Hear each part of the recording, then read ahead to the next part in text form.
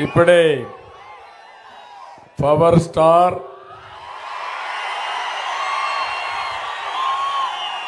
అదే మాదిరిగా నిజమైన హీరో రాజకీయాల్లో మామూలుగా సినిమాల్లో ఉండేవాళ్ళు సినిమాల్లో ఉంటారు కానీ ప్రజా జీవితంలో కూడా హీరోగా నిరూపించుకున్న వ్యక్తి పవన్ కళ్యాణ్ గారు.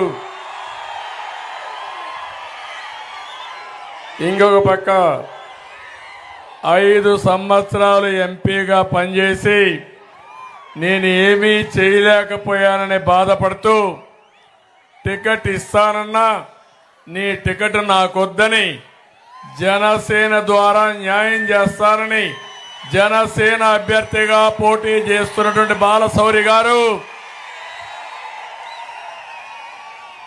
ఇంకో పక్క ఎమ్మెల్యే అభ్యర్థిగా ఎన్డీఏ అభ్యర్థిగా అటు తెలుగుదేశం జనసేన బీజేపీ బలపరిచిన అభ్యర్థి కృష్ణప్రసాద్ గారు. వాళ్ళ తండ్రిని కూడా చూశారు, నేను ఎప్పుడూ మర్చిపోలేను. కాగిత వెంకట్రావు బడుగు బలహీన వర్గాల నుంచి వచ్చి అనునిత్యం మీకోసం పనిచేసిన వ్యక్తి కాగిత వెంకట్రావు అని చెప్పి ఒకసారి గుర్తు చేసుకుంటూ వారి ఆశయాలను కొనసాగిస్తున్నటువంటి కృష్ణప్రసాద్ని ఎమ్మెల్యేగా గెలిపించమని కోరడానికి నేను పవన్ కళ్యాణ్ గారు ఇక్కడికి వచ్చాం. ఇక్కడ తెలుగుదేశం పార్టీ అధ్యక్షుడు నారాయణరావు గారు స్ఫూర్తి అంటే పొత్తుల ధర్మంలో మేము ఒక నిర్ణయం తీసుకున్నాం, బాలశౌరికి ఇవ్వాలి, ఈ సీటు జనసేనకు వస్తుందని నిర్ణయం తీసుకుంటే ఒక్క మాట మాట్లాడకుండా ఈ కూటమిని గెలిపించడానికి పనిచేస్తున్నటువంటి కొనకళ్ళ నారాయణరావు గారు. ఇంకో పక్క ఇక్కడ వేదవ్యాస గారు ఉన్నారు. సుదీర్ఘ రాజకీయ అనుభవం ఉండే కుటుంబం ఆ కుటుంబం.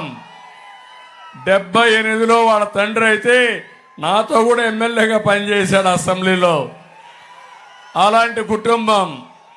ఈ పొత్తుల్లో వారిని కూడా మేము అకామిడేట్ చేసుకోలేకపోయినా స్వచ్ఛందంగా ముందుకొచ్చి పర్వాలేదు రాష్ట్రం కోసం నేను త్యాగం చేస్తాను, వచ్చిన తర్వాత మా కుటుంబాన్ని కూడా గౌరవించమంటే గౌరవించే బాధ్యత మాదని వారికి కూడా హామీ ఇస్తున్నా. ఇంకో పక్కన జనసేన జిల్లా పార్టీ అధ్యక్షుడు బండిరెడ్డి రామకృష్ణ గారు, బీజేపీ జిల్లా పార్టీ అధ్యక్షుడు గుత్తికొండ రాజబాబు గారు, మాకు ప్రాణ సమానమైనటువంటి ఒక పక్క తెలుగుదేశం పార్టీ కుటుంబ సభ్యులు, జన సైనికులు. మిమ్మల్ని చూస్తే తమ్ముళ్ళు ఎక్కడొచ్చినా మీ టవల్స్ అయితే ఎగరతనే ఉంటాయి ఆకాశంలోకి. ఓసారి మాకు అనిపిస్తుంది